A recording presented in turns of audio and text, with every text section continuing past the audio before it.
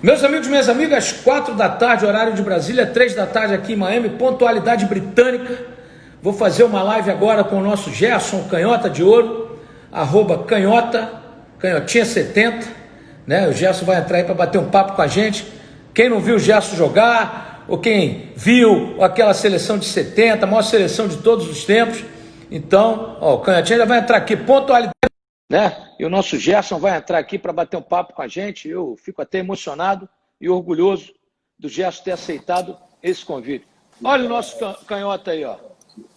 Gerson, boa tarde.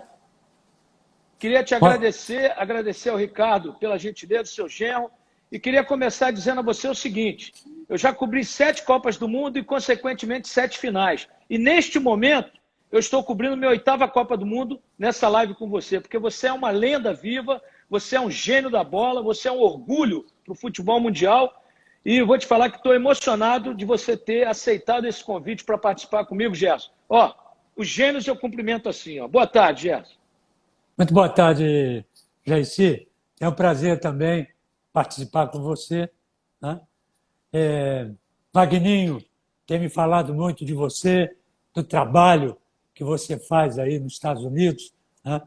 Jogando todo esse conhecimento para a gente aqui na nossa Super Rádio Tupi. E é um prazer muito grande bater um papo com você. Valeu, muito obrigado. Prazer meu, Gerson, porque você é uma referência mundial. E eu sou saudosista, estou com 60 anos, né? Já trabalho no futebol há 40 anos e tenho uma estrada, tenho muito que aprender, porque a gente sempre aprende a cada dia. E com você eu aprendo todo dia na Tupi. O nosso Wagner é um gênio comandando o giro esportivo, 32 anos no ar, uma grande audiência. Você, Gilson Ricardo, toda a equipe Tupi, não vou nominar aqui porque é muita gente, mas é uma equipe competente, qualificada, e eu tenho muito orgulho de trabalhar com vocês, sob o comando do nosso Josemar Gimenez, que é um craque, aquele botafoguense. Ô, Gerson, queria saber de você o seguinte: 1970, a maior seleção de todos os tempos, inigualável, incomparável, em cada posição você tinha um craque e na reserva outros craques. A geração de hoje, né, eu chamo de geração Nutella, eu sou muito franco como você, é uma geração que não sabe o que é o futebol de verdade. Ano passado o Flamengo resgatou um pouquinho do que era o nosso futebol no passado. E a gente tem essa admiração e essa idolatria por vocês, porque vocês construíram o futebol pentacampeão mundial. Então eu queria saber de você, Gerson, como você vê esse distanciamento da geração de hoje para a nossa geração de ouro, da qual você fazia parte. Olha aqui, José, eu acho que aquele futebol que nós vimos do passado, eu acho que vai ser muito difícil de voltar para o nosso futebol. Primeiro que a nossa seleção hoje é a seleção brasileira europeia, que joga todo mundo lá. Você tira um ou outro daqui, né? Mas muito pouco, às vezes nenhum, tá certo? E os que deveriam, né, compor a seleção brasileira, os meninos que estão chegando, bons, talentos, ele 2 minutos depois está na Europa. Vambora. Exatamente. E aí ele se torna europeu. Então inverteu tudo. Antigamente o europeu era físico, né? Mais força do que jeito. E no Brasil era mais jeito do que força. Inverteu. Hoje a Europa joga o futebol que nós jogávamos, tá certo? E nós estamos jogando futebol que a Europa não quer mais, que é de correria, trombada. A gente vê jogo aqui, clássico, aqui no Rio, o sujeito sai numa cobertura de um lateral, livre para dominar a bola e sair jogando. Ele prefere dar um bico na arquibancada e fica vibrando. E a torcida também. Isso não, na minha época, e épocas anteriores à minha, isso não existia. Então eu acho que esse futebol que nós jogávamos, tá certo? Eu acho que não cabe mais aqui no Brasil. Principalmente por causa da base. A base é mal administrada. A base, o garoto é talentoso, dá 2 dribles, o cara manda parar. Para aí. Pô, vai ficar driblando aqui? Toca a bola, Entendeu? Então isso, você não vai cultivar isso. Isso tinha que ser cultivado. Aí, moleque e tal, agora não prende muito não. Já deu 2 dribles, toca a bola e tal. Mas não, você corta imediatamente. E aí fica complicado, fica difícil. Porque na minha época, por exemplo, os que comandavam a base foram excepcionais jogadores. Verdade. Então, hoje, a base é mais físico, né, do que técnico, porque se você pegar, quer dizer, toda regra tem exceção, mas se você pegar a maioria, né, que faz isso, aí o moleque diz, professor, não dá para fazer. Aí ele diz, bom, então vou fazer outra coisa, porque ele não sabe fazer. Antigamente, não. A minha base foi Bria, Jaime, Newton Canegal, Fleitas Solis, né? Então, Pinheiro, no Fluminense, que fez milhares e milhares. Saudoso Pinheiro. Milhares e milhares. Neca, que fez o Botafogo de 67, 68, todo. Lá em cima estavam eu, Manga e Leônidas. Todos os outros ele trouxe da base que o Neca tinha feito. Quer dizer, não tem mais isso. Fica Se difícil. você me permite, Cal, Moreira, Zé Carlos, Leônidas e Valtenci, Carlos Roberto e Gerson, Rogério, Roberto, Jair e Paulo César. Pô, pelo amor de Deus, gente. Isso era a seleção brasileira, Gerson. Exatamente. Do meio do campo para frente, mais o Leônidas, nós fomos para a seleção brasileira, todos nós. E hoje? Quantos do Botafogo hoje você tira para a seleção brasileira? Quantos do Fluminense? Quantos do Vasco? No Flamengo você ainda tira, porque foi aquilo que você disse. Né? Aos poucos ele pegou lá 3, 4 bons jogadores, juntou e ganhou de fora a fora. E foi desde o campeonato carioca até o campeonato mundial decidindo o título, que teve chance de ganhar o título. Por quê? Porque ele armou um time, um bom treinador, que trouxe da Europa, né, a dinâmica hoje europeia, que é onde está a bola, está a galera, com a bola no pé, todo mundo sai para o jogo, tá certo? Espreme o time adversário com vontade de jogar. Hoje você vê um time, tirando o Flamengo, você vê um time do Brasil jogar, é uma moleza a toda a prova, é chute para tudo quanto é lado. Esse futebol brasileiro, eu diria a você o seguinte, é medíocre. Eu também acho, Gerson, e sempre toco nessa tecla, e você tocou num ponto importante, porque eu acho que esse tipo de gestão que existe no Brasil, nos clubes, ela é amadora, retrógrada e ultrapassada. Dirigentes que não ganham nada, que dizem que ficam 24 horas por conta do clube. Isso não existe mais. Hoje você tem que ter um clube, eu sou a favor do clube empresa, contratar um CEO que te dê um retorno técnico e financeiro, porque com relação às divisões de base, o que acontece? O cara é eleito presidente, aí o cara que o apoiou, porque é conselheiro, que não entende patavina de bola, nunca deu um chute na bola, é convidado para comandar a base. Aí começa o empresário lá na base, buscar garoto, e aquela promiscuidade que a gente já sabe que acontece. Então, Gerson, ou o futebol brasileiro se profissionaliza e copia o que há na Europa. Outro dia o cara perguntou assim, mas já se o clube virar empresa, eu vou torcer pela empresa? Não, você vai torcer pelo Botafogo, futebol e regatas. Só que tem uma empresa gerindo o clube que vai dar lucros, vai dar troféus, porque a grandeza do Botafogo, do Vasco, do Fluminense não pode se limitar ao que é hoje. Participar e figurar de competições. Eu estou acostumado com o Botafogo, que eu ia para o Maracanã e ver de quanto o Botafogo ia ganhar do meu Flamengo. Estou falando da década de 1960 a 1970. Hoje a gente não vê mais isso, Gerson. É verdade. E um outro detalhe também importante dentro disso aí é que hoje um jogador, né, um garoto surgindo, tanto na base dos clubes, quanto na seleção de base, sub-17, sub-15, sub-20, ele normalmente já tem 2 empresários. Então, a ideia dele, e principalmente do empresário, não é jogar aqui, é jogar na Europa. Então, ele já é praticamente formado fora das 4 linhas pelos empresários, para ir embora. Então, quanto mais você circular, mais todo mundo ganha. Então, o futebol virou negócio.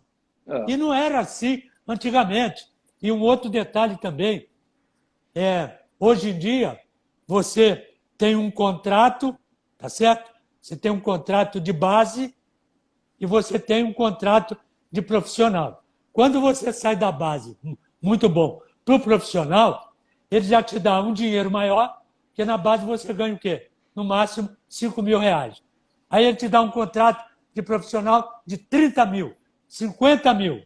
Pô, é uma maravilha. Compensação, pega a tua multa contratual e bota Joga lá em cima. 100 milhões, 200 milhões de euros, não sei o quê. Tudo bem. Isso, para a Europa, é troco. Por exemplo, o dono do Paris Saint-Germain, que é um príncipe árabe lá, é o quê? É 1,000 é um cafezinho. Ou 0,001 de um barril de petróleo. Pronto, ele já contratou qualquer um. Então, fica muito difícil também, exatamente pelo que atravessa o futebol brasileiro, e dentro disso que você falou, da organização dos clubes. Eu também sou a favor da clube-empresa. Por quê? Porque o clube, tudo que o time de futebol ganha, entra no clube. E o clube paga basquete, vôlei, não sei o quê, handebol, essas coisas, tira tudo do futebol. Então, futebol é uma coisa, está aqui, é uma empresa. E o clube é administrado pelo clube. O clube vai pagar a parte amadora dele, e não tirando do futebol. Então, o futebol vai gerir, tá certo? Lucro, e vai botar dentro dele mesmo. Aí fica a administração muito mais fácil, muito mais correta. Agora, será possível isso? É um ponto de interrogação. Tem que haver vontade dos clubes e dos dirigentes, né? Esse que é o problema. Agora, Canhota, me diga uma coisa, eu sou de uma época, eu acompanho a seleção há 35 anos, né, para o Jornal Estado de Minas, para a nossa Super Rádio Tupi, e eu sou de uma época em que eu ia cobrir a seleção e chamava o Zagallo, seu Zé, pela amizade que eu tenho com ele, seu Zé, vem cá, senta aqui, vamos bater um papo e tal.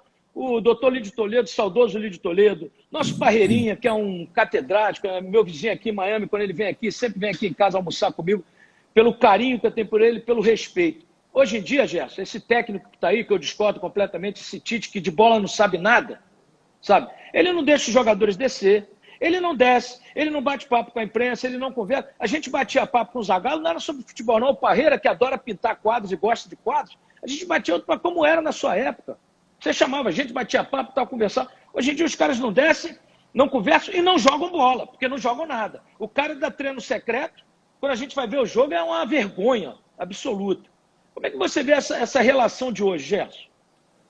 Eu vejo também, exatamente igual a você. Mas você não precisa ir na seleção brasileira, não. Você hoje não entra num clube. Tem horário para tudo. O cara já sai do clube, quando você vai nele, ele está de fone, né? Não está escutando nada, ou então está com o celular na mão, né? Para dizer que está falando com alguém, para não falar com você. Antigamente não era isso. Portões abertos. Treinamento do Flamengo, lá na Gávea, lotava. Treino, estava lotado a arquibancada. Botafogo e General Severiano. General Severiano, Campo do Vasco, Campo do Bangu. Onde você ia? Onde você ia nos clubes? Estava todo mundo lá vendo os treinos. Todo mundo sabia o time que ia jogar. Era aquele time que treinava o apronto de sexta-feira. Você entrevistava qualquer um, treinador, todo mundo estava lá. Não tinha hora para nada. Ô, Gerson, e o técnico de verdade, na segunda-feira, ele já anunciava o time para domingo. A não ser que houvesse alguma contusão, o time era aquele, não escondia de ninguém. Exatamente. E você podia entrevistar qualquer um a qualquer hora, como o Saldanha fez quando entrou na seleção brasileira. Olha aqui, o meu time é esse aqui. Fulano, fulano, fulano, fulano, fulano. É esse o titular. Tá certo? Quem machucar daqui, entra fulano. Se fulano machucar, já estava tudo programado. Pode entrevistar quem quiser, a hora que quiser, dentro do... Só não podia durante o treinamento. Mas antes do treinamento e depois do treinamento, você podia na seleção brasileira. Hoje você não consegue falar com o cara. Sabe por quê? Porque o cabelinho dele está não sei o quê, o brinquinho dele está não sei o quê, a tatuagem dele é não sei... É isso que você vê hoje. E os borra-bota aí, como você diz, não jogam nada. Não jogam nada. É só figura, é só figuração. Jogam nada, cara. Tá aí. Perderam a Copa do Mundo de 7-1. O problema não é o perder. O problema é como perdeu. Claro. E outra coisa, desinteressado. Sabe por quê? Porque eles não estão aqui. Você perde um campeonato em qualquer lugar, eles nem voltam para o Brasil. Eles ficam lá. Ô, Gerson, os caras Porque tomaram de 7, foram para Ibiza, foram para os balneários franceses para poder andar de acabou. iate, porra. Exatamente. E aí? Na nossa época, não, cara. Você perdia lá, você tinha que voltar para o país. Aí os caras te metiam o pau aqui, te perseguiam, essas coisas, não joga nada, não sei o quê. Tá? E aí esses caras perderam, foram embora, como você disse, foi para Ibiza, sei lá para onde, ou então se perder lá fora, eles saem dali, do país que eles estão, e vão para os países deles, não voltam aqui. Então, a seleção brasileira, eu ainda acho, né, que tem que modificar ainda muita coisa. Tem jogador lá que não tem que jogar mais em seleção. Primeiro que não joga nada, segundo que está velho. Vamos aproveitar essa molecada nossa. Mesmo essa molecada que foi nova, que ainda está novata na Europa, e bota ele na seleção, que ele ainda não tem, né, aquele, entre aspas, aquele vício europeu. Pega os vícios bons europeus e bota nele e bota na seleção, para ver se pelo menos a gente melhora com isso, né? É verdade. Ô, Gerson, o nosso Rafael, que trabalhou com você na Rádio Globo, está assistindo a gente aqui, está te mandando um grande abraço. Valeu, Né? Rafael. Grande Rafael. Ô, Gerson, deixa eu dizer um negócio para você. Você me ouve na Tupi, né? Fiquei satisfeito que o dia que eu liguei na sua casa, sua esposa falou que me ouve sempre, para mim é uma honra. E eu sou o cara que é o seguinte, eu acho, e já falei isso, às vezes o Zico me puxa a orelha, não é assim, Jair. Mas eu acho que esses caras que jogam hoje não engraxariam a chuteira de treino de vocês. Eu estou errado ou estou certo? Você está certo. E o Zico acha isso também. Ele não gosta que fale. Né? Porque ele ainda está, né, dentro das 4 linhas. Ele é treinador e tal. Né? Abriu os olhos do japonês, porque o japonês, quando ele foi lá, ele abriu o olho do japonês. Aí o japonês começou a entrar em Copa do Mundo, a ser considerado, né, 2, 3 excelentes jogadores que rodaram a Europa toda, como esse Honda, que agora veio para o Eldorado.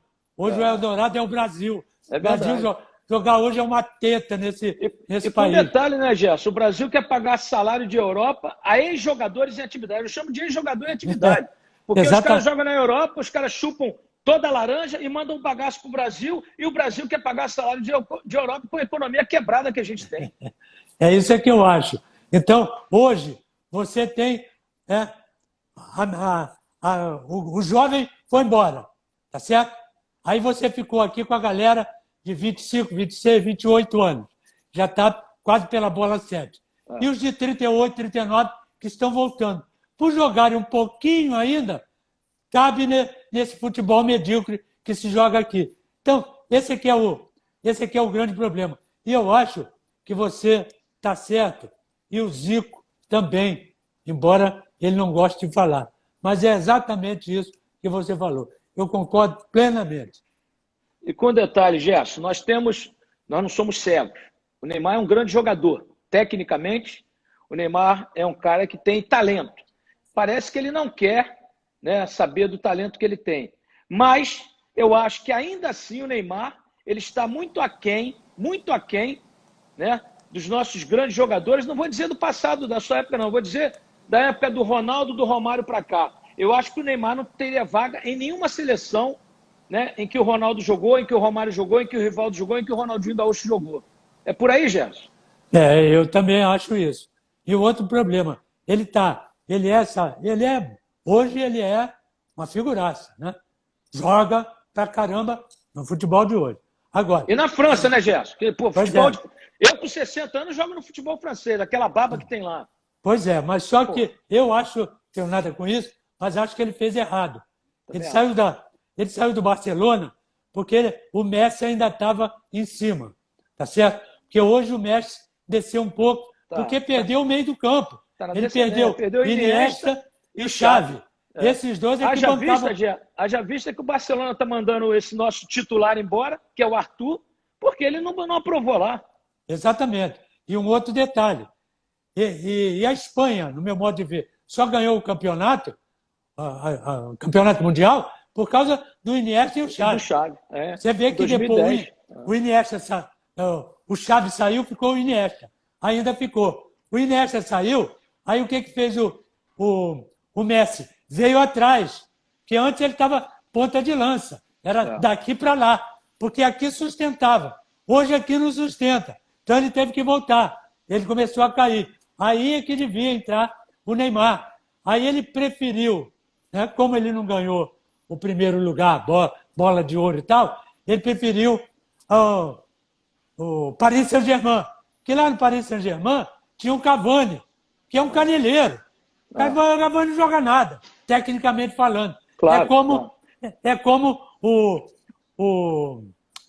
né, esse Suárez, que é a mesma coisa. É empurrador de bola pro gol. Exatamente, é um empurrador de bola. Aí o que ele fez? Ele foi para lá. Lá ele é o Papa. Aí, de repente, aparece Mbappé. Aí entrou o campeonato mundial, foi campeão. O Neymar não jogou nada. Campeão e fazendo gol na final, hein? E sendo o melhor jogador. Resultado, caiu o Neymar. Hoje o Neymar, no contexto, ele é o quarto. De repente até o quinto, que está entrando um lourão desse aí, que joga não sei aonde aí, está arrebentando o jogo. É o Haaland lá do Inglaterra. Borussia Dortmund.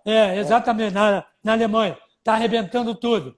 De repente já entrou no lugar do Neymar. Você tem o De Bruyne, que é um belga, que eu acho que joga muito mais do que o Neymar, joga no City. Exatamente. Você tem esse garoto que está se recuperando agora no Real Madrid, que é também belga, vou lembrar o nome dele aqui, que joga no Real Madrid, o Real Madrid contratou do Chelsea, que joga muita bola e está se recuperando. Ontem arrebentou no jogo junto com o Vinícius Júnior. O Neymar está perdendo espaço. Exatamente. E outro detalhe. Pegaram esse garoto que fez uma belíssimo campeonato brasileiro, Bruno Henrique. Só que pegaram ele e meteram ele pelo meio. Ele não é pelo meio. Eden Hazard. E é por aqui. Ele entra na diagonal, tudo bem. Fez um belíssimo campeonato, tá certo? Vale a pena aproveitar. Agora, você tem que botar alguém junto com o Neymar, porque ainda você, nessa seleção brasileira, você ainda não pode tirar o Neymar. Ele ainda é o melhor jogador. É o único. Exatamente. Dentro desses que estão ali. Dentro disso que a gente tem. Mas já não é a sensação, porque os caras já conhecem ele. Tá certo? Ele ainda é alguma coisa, está fazendo ainda alguma coisa nesse time do Paris Saint-Germain, pelo que está jogando o Mbappé, né? E o Di Maria, que subiu que voltou, um pouquinho. Voltou a jogar bem. Exatamente. Então, dá para equilibrar. Mas você vê que ele quer voltar para a Espanha, para o Barcelona. Por quê? Porque ele sabe que o Messi está caindo. Ele está tentando chegar no lugar do Messi. Ou então no Barcelona, no Real Madrid. No Real Madrid, que também tem lugar para ele. Então, resultado, ele ainda está brigando. Hoje, ele briga com o Messi, ele briga com o Ronaldo, o português, ele briga com o Mbappé e briga com esse da Alemanha, que está estourando aí, que também é um garoto. Então, ele tem que correr atrás, porque a batata dele está assando. Está assando, e vai assar muito mais ainda, porque ele vai estar com 30 anos na Copa do Catar. Já é conhecido aquele negócio do Caicai, não pode tocar nele, é cheio de não me toque. Né? É complicado. Canhoto, me fala daquela final de 1970, aquela final mágica em que você marcou aquele golaço. Eu tinha 10 anos de idade, eu morava em São Cristóvão, onde eu fui criado, ali perto da Praça Argentina. Você conhece o bonde, fazia a curva ali. E na minha casa tinha uma TV preta e branca, meu pai era militar, e o pessoal todo da rua foi lá para casa porque só tinha uma televisão. Né? Eram outras épocas. Era uma época que eu ia para o Maracanã com 8, 9 anos sozinho, porque eu descia ali pela Quinta da Boa Vista e não tinha perigo, não tinha nada. E aquele jogo, que final, hein, Gerson? Que final, que Copa do Mundo, Canhota. É verdade. E essa final, depois de tudo que nós passamos, treinamento que nós tivemos, importantíssimo, né? Parreira, Chiró. Vocês foram um mês antes para Guadalajara, né? 2 meses antes. Para se adaptar à altitude. Isso, nós fomos para Irapuato e Guanajuato, 2 cidades mais altas. Depois... Eu não sei como é que você fez no avião, porque eu sei que você não gosta muito de andar de avião. Mas... não tinha jeito, né? Eu ia num sofrimento danado, mas tinha que ir. Então, depois descemos para Guadalajara. Né? Aí era só manutenção daquilo, do preparo todo para começar a Copa. E passamos os times todos. Eu acho que, para mim, o pior jogo foi a Inglaterra. Porque eles tinham um time tarimbado, né, com alguns veteranos Bob ainda Charlton, bons. Bob Moore. Exatamente. Ainda bons, né? E mais os mesclados lá, os mais novos. Então é um time mais tarimbado. Eu acho que para mim foi o pior jogo. Aí passamos daí. Veio Aí depois. veio o Uruguai. O Uruguai, que o Uruguai não tinha time para enfrentar a gente. Não tinha. Você teve aquele negócio de a forra, não sei o quê, de 50. Eu, por exemplo, era um dos mais velhos, eu tinha 9 anos e 50. Então tinha gente ali, Paulo César, Clodoaldo, Edu, como é? Zé Rivelino. Maria, Rivelino, era tudo menino, Tudo tinha jovem. gente que não era nem nascido. Tá certo? Bom, aí passamos pelo Uruguai, veio o Peru, um time também complicado, porque o Didi sabia tudo da gente, né? E ele formou esse time. Eles tinham o Cubijas, que era um grande jogador. Cubijas, Mifflin, Perico León, isso tudo foi montado pelo Didi. Exatamente. Porque nunca teve uma seleção peruana igual aquela, até hoje. Nem antes, nem depois. Não tinha. Porque ele montou isso. Ele fez a base. Que essa seleção brasileira era a base do Cristal, que era daquela cervejaria Cristal, que ele era treinador do time Cristal. E ele pegou essa base toda que ele montou. Nós víamos lá ele fazendo treinamento, quando a gente fazia excursão com o Botafogo e parávamos lá no Peru e jogávamos contra o Cristal. Então, veio a final. A final, para a gente, foi um pouco mais tranquila, porque a Itália jogou contra a Alemanha um tempo, né? Os 2 tempos. Teve uma prorrogação. E mais a prorrogação. Eu lembro que o jogador da Alemanha, o Beckenbauer, jogou com o braço na tipóia. Exatamente, uma pancada. Exatamente, que ele levou. Então, para nós, teoricamente, seria mais difícil a Alemanha pela condição técnica da Alemanha, que era uma seleção mais técnica, né? Com veteranos e com gente nova.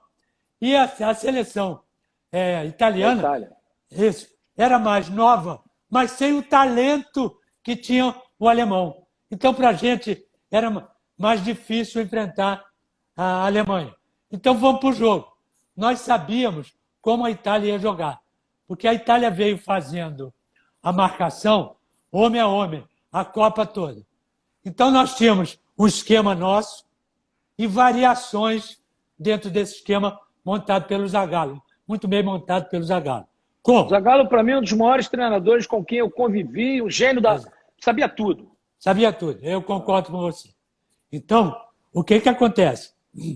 Ele pegou o time, treinamos o seguinte: se marcar por zona, tá certo? Nós temos o nosso esquema, vamos entrar. Se ele marcar por zona, tá certo? Então, nós vamos marcar por zona, nós vamos com o nosso esquema. Se eles marcarem homem a homem, entra o plano B nosso. Qual é o plano B? É trazer todo o time para cá. Tá certo? Para deixar o Carlos Alberto um caminho aqui, um corredor. Exatamente. Então, vamos entrar para ver o que vai acontecer. Entramos. Aí ele pegou, lá uma certa hora, troca. Passa Rivelino para a direita, passa Jairzinho para a esquerda. Os laterais trocaram. Então é sinal que eles estão marcando homem a homem. Ótimo. Então, desfaz tudo. Aí faz o seguinte: Rivelino, entra um pouco. Lateral entrou. Tostão abre. Tá certo? Pelé abre, chega onde está o Tostão. Jairzinho chega onde estava o Pelé, porque o Paquete vai entrar. Tá certo? E ficou aquela avenida onde o Carlos Alberto fez o gol. Aí, para não dizer, né, que foi sorte, o gol que eu fiz, o Jairzinho estava na ponta esquerda. Quem estava com ele era o Paquete. E aí o Jairzinho veio, né, na diagonal e eu cheguei para fazer o corta-luz com ele. Ele passou, levou o Paquete, eu fiquei com a bola, ajeitei e bati no gol. Tanto é que o lateral estava próximo do Rivelino, lateral direito, e quase me pegou numa sola, que ele veio na jogada. Tanto é que ele está fechado com o Rivelino aqui. Então, o Faquete passou com o Jair, eu fiquei com a bola e bati. Tanto é que o Faquete acompanhou o Jairzinho. Então, o segundo gol aí. Terceiro gol foi um lançamento meu atrás do zagueiro, que o Jairzinho pelo meio, acompanhado pelo Faquete, só que o Jairzinho percebeu melhor e deu velocidade. O Pelé tocou de cabeça para ele e ele fez o terceiro gol. E o quarto gol é aquilo que eu estava falando, que chegou todo mundo para cá e deixou a avenida, por causa do Alberto vir lá de trás, meteu o quarto gol. Então, o nosso esquema tático, com as nossas variações, né, tonteou o time italiano, que o italiano, ainda por cima, jogava 4-2-4. E, normalmente, nós tínhamos de 3 a 4 jogadores no meio do campo, sempre. 3 sempre. 4, ou chegava o Tostão, ou chegava o Pelé. O Rivelino estava sempre ali também. Clodoaldo, Gerson e Rivelino. Porque o Zagallo sempre gostou de um ponto esquerdo que voltasse para ajudar. Exatamente. Já o Saldanha, não. Saldanha gostava de ponta na frente, aberto, que era o Edu. Exatamente. Então, esse esquema, né, era próprio do Jairzinho. Vem todo mundo.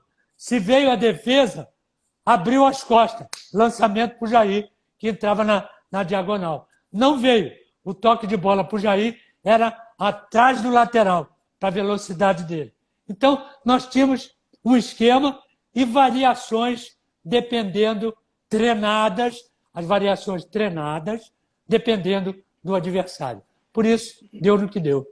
Canhota, aqueles lançamentos que só você fazia, aquilo era muito treino? Eu treinava, eu sabia fazer, mas eu treinava... Isso era uma qualidade nata sua, né? Exatamente. Com você isso. Exatamente. Então, mas você aprimorava. Acontece? Eu aprimorava, eu treinava. Eu pegava uma baliza de salto, botava na meia-lua da grande área e ficava na minha intermediária. Eu tinha que meter a bola ali embaixo. E só que eu chegava 2 horas antes de começar o treino. E eu saía 2 horas depois. Eu ficava treinando. Então, eu tinha uma baliza, eu tinha um ponto fixo. E no jogo, não. No jogo eu tenho um ponto móvel. Um pedacinho para cá, meio metro para cá, 1 metro para lá, eu estava dentro do contexto. Agora, eles pediam no peito, eu botava no peito, que eu sabia. E eles sabiam que eu sabia. Por isso que eles pediam isso. O Dario fala muito bem isso. Nós estamos treinando? Nós estamos treinando. Aí o Dario chegou para mim e falou assim, como é que você consegue fazer esses lançamentos? Se eu ficar lá, você bota a bola aonde eu pedi?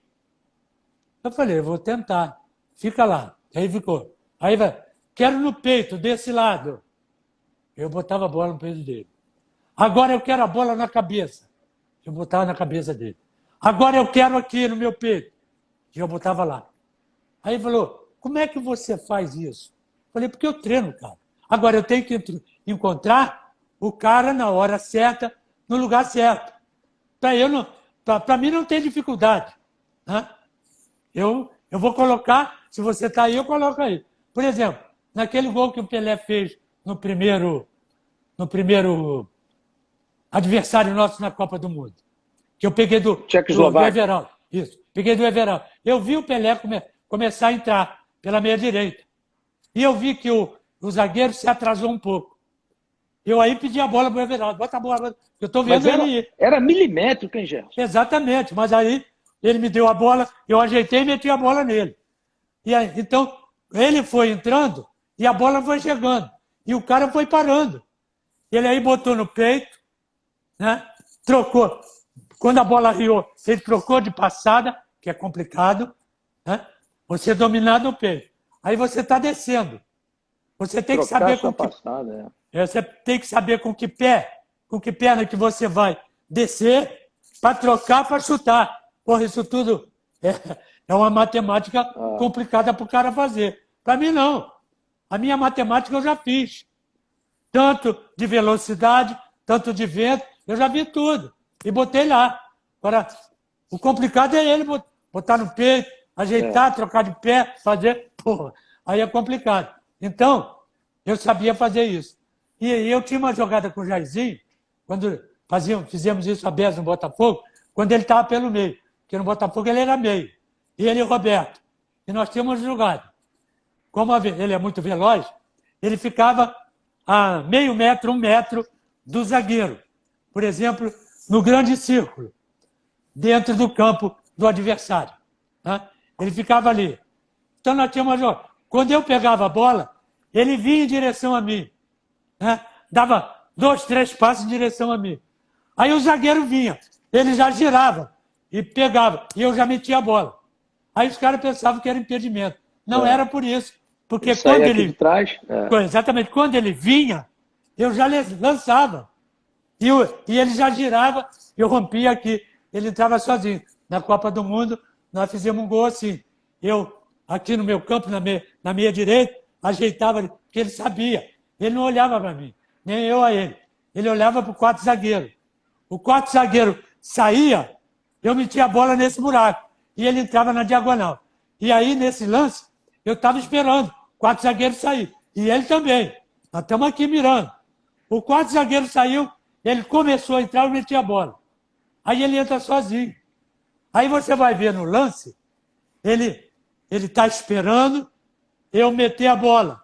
O quarto zagueiro sai, eu meto a bola, aí ele entra.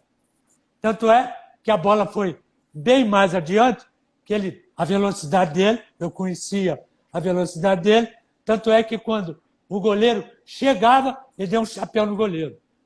Ele chegava exatamente deu na um hora chapéu, matou no peito, deixou a bola cair e botou lá dentro. Exatamente. Então, isso é milimétrico, cara.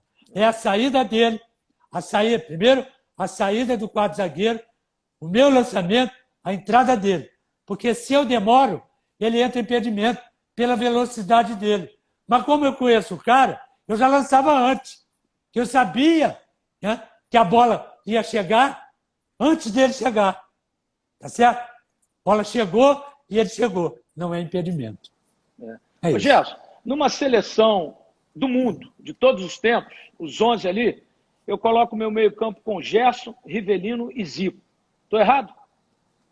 Não, esse meio do campo seu, você vai, entre aspas, atrasar o meu lado. Porque nós fizemos uma vez na Seleção Brasileira, nós fizemos uma excursão Europa. Sim. Aí estava o Denilson e eu no meio do campo. Denilson aí, foi volante do Fluminense. Exatamente. Aí, o Rei Zulu. Rei Zulu, meu parceiro, meu amigo pra caramba, até hoje. Era o Aimoré Moreira. Aí o Aimoré chamou o Chirol, Admito Chirol. Exatamente. E conversou com ele. Aí ele veio falar comigo. Ô, Gerson, o Aimoré quer fazer uma modificação no meio do campo. Tudo bem, para mim está tudo bem.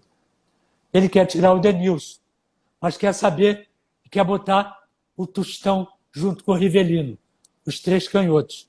Mas ele quer saber se você pode jogar um pouco mais atrás, Rivelino do lado, Tostão do outro. Falei, eu não tenho problema nenhum jogar um pouco mais atrás, desde que você fale com o Denilson. Se o Denilson aceitar, ótimo. Se não, eu saio. O Denilson fica e ficam os dois. Para mim não tem problema nenhum. Aí ele foi no Denilson. O Denilson falou, não tem problema nenhum. E eu fui falar com o Denilson. Denilson, não, Zé, não tem problema nenhum. Então tá bom. Aí fomos para o treino. Aí ficou de um lado o Tostão, na meia, no outro lado o Rivelino, na meia. Eu por trás. Dizem, os mais entendidos, que foi o melhor meio do campo da seleção brasileira, pelo menos, né? Até então. Porque eu falava, olha aqui, tem que prestar atenção. Eu estou aqui sozinho. Né? Não é minha função. Mas eu vou cercar aqui. Tostão não era marcador. Né? Era cercava. Rivelino também não. Cercava. Então, vamos ficar aqui nós. Nós vamos juntos e voltamos juntos. Tá bem assim? Tá bem. Não pode ter buraco aqui. Senão os caras aqui de trás vão começar a gritar comigo. E aí eu vou gritar com vocês dois. Para ver o que acontece. E foi embora. Passou bem. Então, porque eles achavam o seguinte, até hoje acham, que é impossível jogar 3 canhotos. Aí eu pergunto... O craque joga em qualquer lugar, rapaz. E 3 destros? Por que pode? Tem nada a ver uma coisa com outra. Então você, por exemplo, está colocando aí 2 canhotos e um Rivelino, destro. Gerson, Exatamente. Então, e o Zico ali, que é o destro. Eu acho que dá para jogar perfeitamente. Porque todo mundo aqui sabe jogar e todo mundo não é aquele marcador trombador. Nós jogamos e deixamos jogar. Joga quem sabe. Quem não sabe, vai bate aplaudir. Palma. Bate palma. Exatamente. Ô, Gerson, eu não vi o Puskás jogar, não vi o Di Stéfano, mas eu respeito muito vocês que viram e que falam que foram gênios da bola. Essa geração Nutella, né, e tem muita gente nos assistindo, agradecer a audiência, está muito legal. Essa geração Nutella, ela diz o seguinte: mas peraí, o Gerson parava a bola, recuava, olhava, o tempo passava, ele fazia o lançamento. Esses caras não jogariam na época de hoje. Eu acho isso uma bobagem tremenda, porque eu acho que o gênio da bola ele joga em qualquer época. Ele vai jogar em 1920, 1950, 70, 80, 2032. Como é que você vê essas colocações dessa geração que não sabe o que é o futebol de verdade? Eu concordo com você. Eu acho o seguinte, né? A gente tem que discutir tecnicamente. Claro. Que a parte física, né, da época nossa, aquela era o top de linha. Tanto é que o Coutinho, Cláudio Coutinho, ele foi aos Estados Unidos buscar o teste de Cooper, que era o teste que fazia para astronauta. Era o top. Ele trouxe e nós fizemos esse teste. Então, o nosso condicionamento físico era top de linha da época. Agora, nós temos que discutir isso. Temos que discutir físico. É você pegar a galera, tecnicamente falando, né, do passado e botar com o condicionamento físico de hoje. Esses de hoje não passavam na porta quando a gente estivesse treinando. É verdade. Esse aqui é o problema. Eles poderiam ter até um condicionamento físico, mas o talento jamais, né, Gerson? Exatamente. Então, o problema e o que decide é o talento. Exatamente. Então, o técnico ele vai jogar sempre em qualquer lugar com o condicionamento físico da época. Daqui a 50 anos, eles vão falar, né, os caras de 50 anos lá na frente. Pô, esses caras jogavam só isso? Eles estão voando, estão jogando na Lua, em Marte, sei lá. Agora, o problema todo é esse. É você jogar tecnicamente falando hoje. Aí, hoje, por exemplo, a parte física hoje é você imprimir esse condicionamento físico de hoje com aqueles caras que jogavam tecnicamente pra caramba do passado. Por exemplo, na minha época, você tirava exame de sangue, né, para ver se você estava com alguma infecção. Hoje você tira uma gota do lóbulo, você sabe, a minha geração, DNA, para lá e para cá. Porque o DNA, entre aspas, é de anteontem para cá. Minha época não tinha DNA, cara. Não tinha nada. Tá certo? Então, hoje é diferente. Hoje tem uma série de coisas. Condicionamento físico, a fisiologia, esse troço todo, foi tudo lá para cima. E os caras não evoluíram tecnicamente. Por isso é que eles dizem isso, que a gente não julgava. Eu também acho o seguinte, a gente não julgava também de vergonha. Porque esse futebol aí é uma brincadeira. Não. É o que eu digo, eu sempre falo, eu tive o privilégio de ver os grandes jogadores e os grandes jogos. Hoje eu ainda vejo quando eu vejo o jogo da Europa, porque eu já cobri as finais de Liga dos Campeões e realmente é um futebol, como você disse. Antes eles tinham o preparo físico e a força, nós tínhamos a técnica. Hoje eles têm o preparo físico, a força e a técnica, e nós evoluímos. Exatamente. Eu cheguei uma vez, várias vezes, mas uma vez, eu cheguei na Espanha com o time do Flamengo, quem era o ídolo da Espanha era Evaristo. Evaristo Macedo jogou muito. Barcelona. Jogou no Barcelona e no Real Madrid. E eu joguei contra esse ataque do Real Madrid.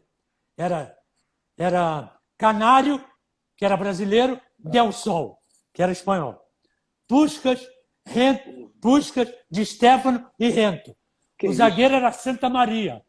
Eu joguei aí com esse time. Era um negócio de assombrar a Europa. Bom, aí eu fui com o Fluminense, eu já estava mais para parar, eu fui com o Fluminense, o Pinheiro era o treinador, jogar um torneio na Espanha.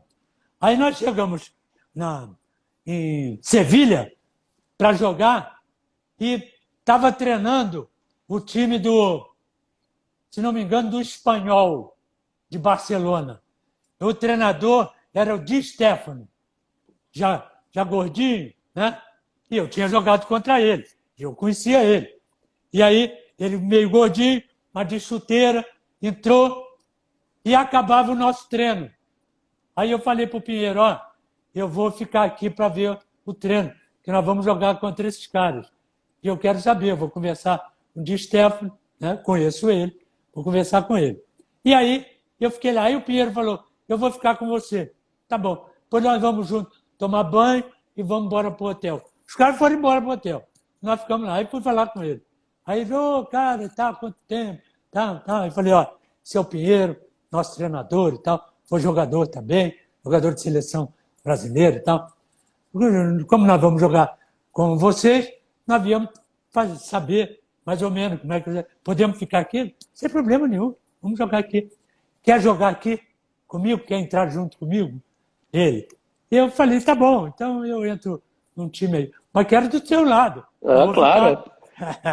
Tá certo? Aí fizemos lá 2 toques e tal, ele me apresentou lá todo mundo e tal. Aí ficamos de fora, ele vendo o jogo. E de vez em quando ele ia lá, para aí, tá, me dá aqui, faz assim, assim, assim.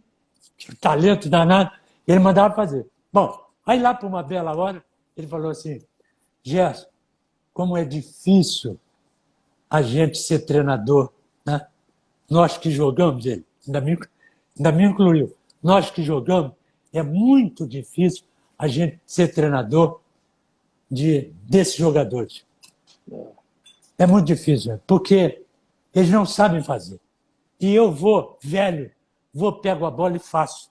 Aí digo para eles, olha, é assim que tem que fazer. Mas eles não sabem, cara, porque eles não têm o talento. Eles não pegam aquilo, né, que a gente está ensinando. O Didi falava isso. O Didi falava isso no treinamento desse que eu falei, do Mifflin, Perico Leão, Bailon. Olha, é assim, assim, assim. 3 dedos, bate assim. Agora, cuidado com o bico do pé, porque se você não sabe fazer, você tem que aprender. Porque se você bater com o bico do pé, vai quebrar o pé. Então, verdade. Aí ele botava os caras para ver. E a mesma coisa o Di Stéfano. Aí eu falava para ele, chamava ele de mestre. E senhor. Né? E ele, ô senhor, não, senhor, como que não? Mestre e senhor. Como é que você vai pegar aquele time que você jogou, né? Com aqueles talentos todos, e vai dizer o que você sabia lá, em quem que você coloca mais ou menos? Ninguém. Aqui não tem ninguém que possa receber alguma coisa da minha época. Eu boto hoje alguma coisa da época deles. E não posso fazer mais nada. Eles vão correr, eles vão chutar a bola, de vez em quando fazer uma boa jogada, que ele lembra o que eu falei, mas isso é muito longe. Aí tem outra história do Didi. Nós fomos jogar o Espanhol de Barcelona, né? Na época, que o Didi veio emprestado para jogar esse jogo contra o Flamengo. Né? Veio emprestado do Real Madrid, o Joel era do Valência, aí nós fomos jogar esse jogo contra o Espanhol. Aí o Didi falou assim, Gerson, esse centroavante é do meu time, ele não joga nada, ele era reserva do reserva, chamaram ele para jogar. Aí teve uma passagem muito boa, e eu vou repetir isso hoje. Você vai ver. Eu não sei o quê. Aí lá para as tantas, o centroavante, ele gritou para o centroavante, né? E o centroavante entrou. Ele aí meteu uma trivela e falou para mim, Gé, é essa. Você vê a ideia do cara. Mestre é mestre. Foi meu mestre. Ele meteu uma rosca pro cara. E o cara foi aqui. Então o que acontece? A rosca, a bola foi para lá. Tá certo? Para lá. Para pegar o efeito e ir pro cara. Mas o cara não sabe.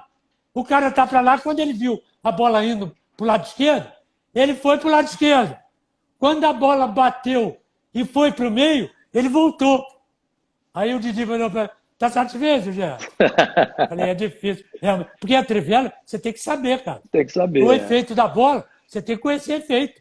Claro. Você tem que saber, quando a bola vem para você, se o cara meter o efeito, tu tem que saber para onde está o efeito. Se você vai esperar aqui, ela vai para lá. Se você vai esperar lá, ela vem para cá. Foi o que aconteceu. Ela foi para lá pela bola, pelo efeito. Quando ela bater, o efeito é a favor seu. Se você souber.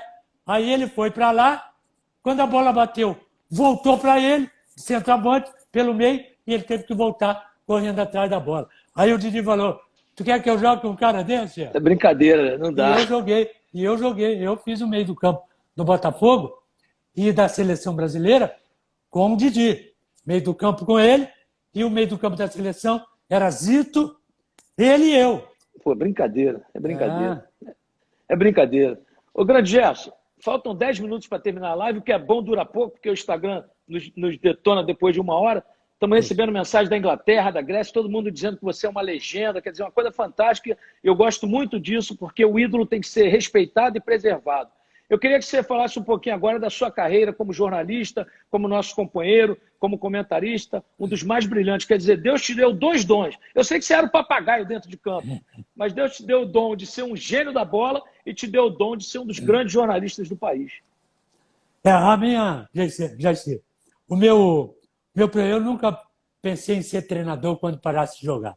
Eu tive vários times, e a seleção brasileira. E eu não quis porque não é a minha praia.